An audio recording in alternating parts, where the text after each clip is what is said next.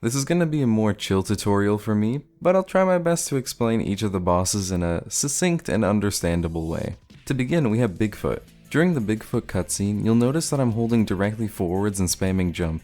The reason being that even though the box is to Sonic's left, the angle works to get Sonic just behind the box and it's really easy to hold. After homing attacking to the box, tap jump and then jump holding up right to hit Bigfoot as they're in the air. After the hit, Sonic will come back down. After falling for a second, homing attack and hold up left like you see here. You'll want Sonic to be decently far down, but not too far, otherwise the game will just eat the input. If this is too difficult for you, another strat you can do is just immediately run behind and to your left and jump from that box. It'll give you significantly more time to get the first hit, and it only costs a few seconds. Eggman 1. This is a really simple fight as there's only a few things to really know. Move forward slightly because Tails spawns facing the wrong direction and then you can start shooting. You don't need to spam. Think about it. Really, what point is there to shoot when you know he's invincible? I would suggest just shooting when you think he's going to be vulnerable soon, and that's about it. Shadow 1. This fight is simple and has ways of doing it as well, but to begin, hold up and very slightly left. When you get close to Shadow, hold B and you should damage Shadow. As soon as you do, make sure to tap jump and move away from him. This is an AI manip and we do this to keep Shadow from doing high jumps. If you didn't damage him and got hit instead, you were too late, and if you charged a spin dash before you got to Shadow, it means you were too early. After that, the main strat is to move back to Shadow and repeat what you did for the first hit. Get close to him, hold B, walk into him, then jump away and repeat until he's dead. You can, however, just do the casual strat of getting behind Shadow and homing attacking to damage him. It's very slightly slower. Personally, I don't do it since I find it easy to have Shadow get in a bad location and just waste a bunch of time. King Boom Boo, oh my gosh. I'm only going to show you the basic strat so you can learn the rest later. Some movement knowledge you need to know to even be able to do this. The fastest way to get Knuckles to accelerate to max speed from a standstill is to jump, glide, land and punch. We use this at the very beginning as well as after digging him out of the dirt, and it's super important that you learn this because it's a massive piece of treasure hunting movement. After jumping, you'll run on the outer edge of the ring purposely slowly because you have to wait for King Boom Boo to throw 4 fireballs and start the next attack before you can hit the hourglass behind him. After the 4 fireballs, I typically start taking a line as fast as I can to the hourglass. Hit the hourglass, jump, glide, punch Excel, then dig KBB out of the ground. And this is where the magic happens. For the first hit, it's really easy, just hit him normally, but for the next hits, you're not meant to keep up with him, but if you keep just to the left of King Boom Boo, you'll have enough speed to catch up. The closer to the inner circle you are, the faster you'll be relative to King Boom Boo, because you have less of a distance to run. However, there's a catch. You don't want to be past his arm when you punch him, otherwise after you damage him, he'll just flip along with the camera and basically be impossible to hit again. I like to be near the middle of the tail when I punch him because of that. For the hits after the first one, you have a time limit as the hourglass runs out quite quickly, so you'll need to try and get back to the right speed and position before he stops flashing red. I just count to 4 out loud when doing this fight for that. Do it too early and he'll be invulnerable. Assuming you did that, congrats, you got first cycle. Yo, this video is going to be a quick addendum to the boss rush tutorial video since that video doesn't go over every strat and instead gave a baseline for everyone. This one is going to be about the CatBoost strat and only the CatBoost strat. I'm gonna assume you watched the boss rush tutorial and know how to do 0 cycle KBB already, so I won't go over that. If you don't know what I'm talking about or how to do that, links in the description. Anyway, the CatBoost is the fastest strat people use in runs. It saves about 6 seconds to the normal 0 cycle strat, and it's only a slight bit harder. So if you're very comfortable with the normal KBB strat and can always get 0 cycle, you should move on to this. First thing to know is that the way CatBoost saves time is by cutting the time needed to wait before hitting the hourglass. You can actually make it to the hourglass, but just as you're about to reach it, KBB turns around and wastes your time. Casually, you wait until he starts breathing fire as he doesn't turn around to spook you. But there is one other scenario he doesn't turn around, and that's when he laughs at you from taking damage. We'll take note of that and make sure his hubris will be his downfall. Something you should know about the fireballs that KBB throws is that if you're facing away from it and get hit, it launches Knuckles forward. If you combine that launch with the 3-second grace period the game gives you for taking damage, you're able to make the full circle around and get the last laugh on KBB. To be able to get the speed necessary from the fireball for that though, you'll need to stand in a semi-precise location.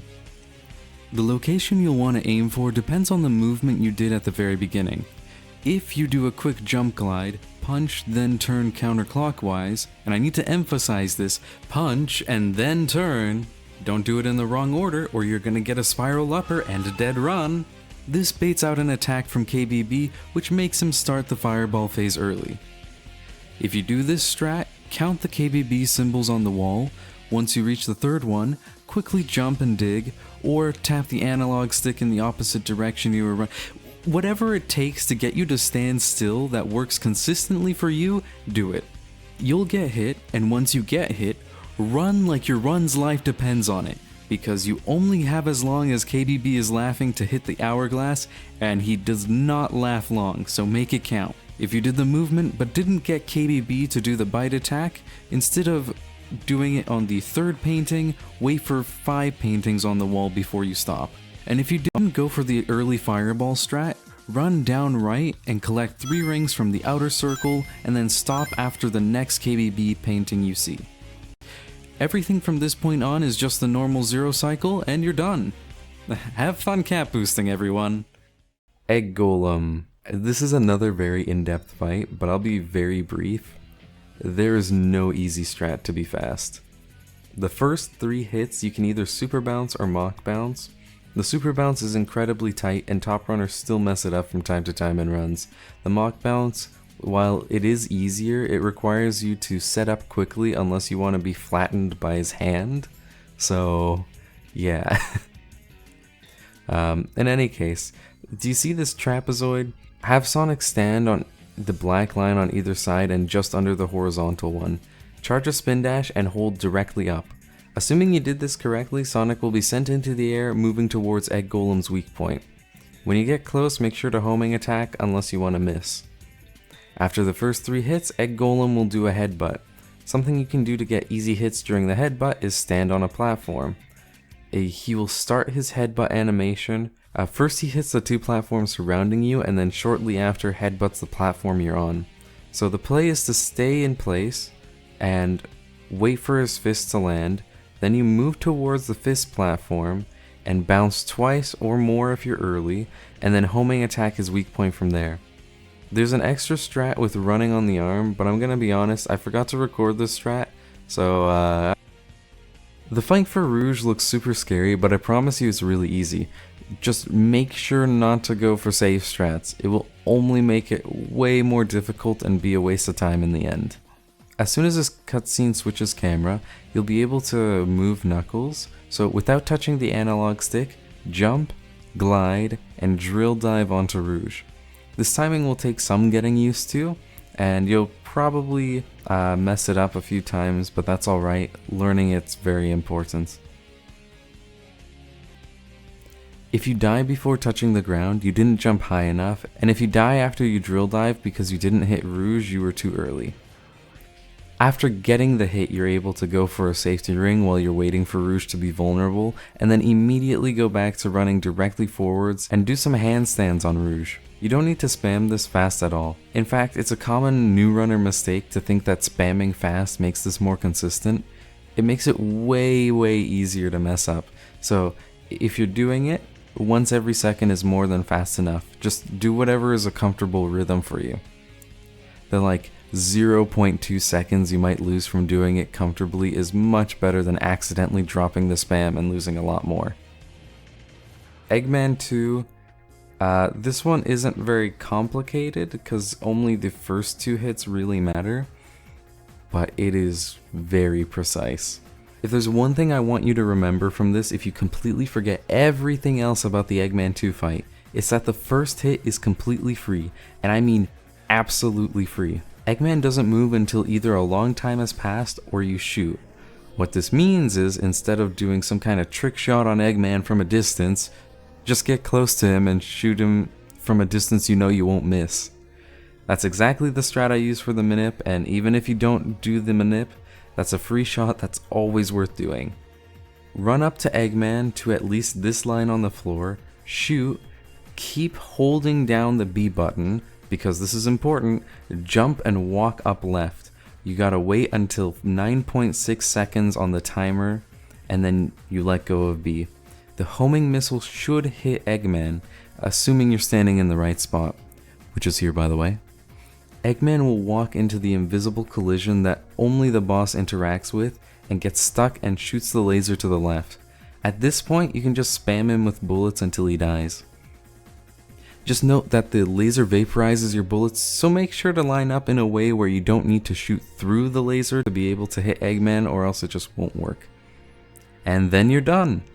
I would practice the first 2 hits a ton, since those are the ones that you need to be able to get the setup of Eggman shooting into the wall. The other 2 aren't worth repeating, so you can just restart after you see whether he got stuck on the wall or not. Shadow 2. Hold directly forward, and after a second, jump and homing attack into Shadow. You should have gotten the first hit. After that, homing attack Shadow while he's invulnerable at a rhythm to hopefully set up a perfect timing to hit him again. What you want to see is Shadow homing attacking and you homing attacking immediately after to be able to hit him just as he lands. This is a pretty precise timing, so it'll be something you mess up for a while. This is the last fight, and you should absolutely make sure to learn the hell out of it. Nothing is more heartbreaking than killing a run to the final split when it's supposed to be very, very consistent. Assuming something happens and you get in front of Shadow, you can just aim in front of where Shadow is running and spam bounce to damage him.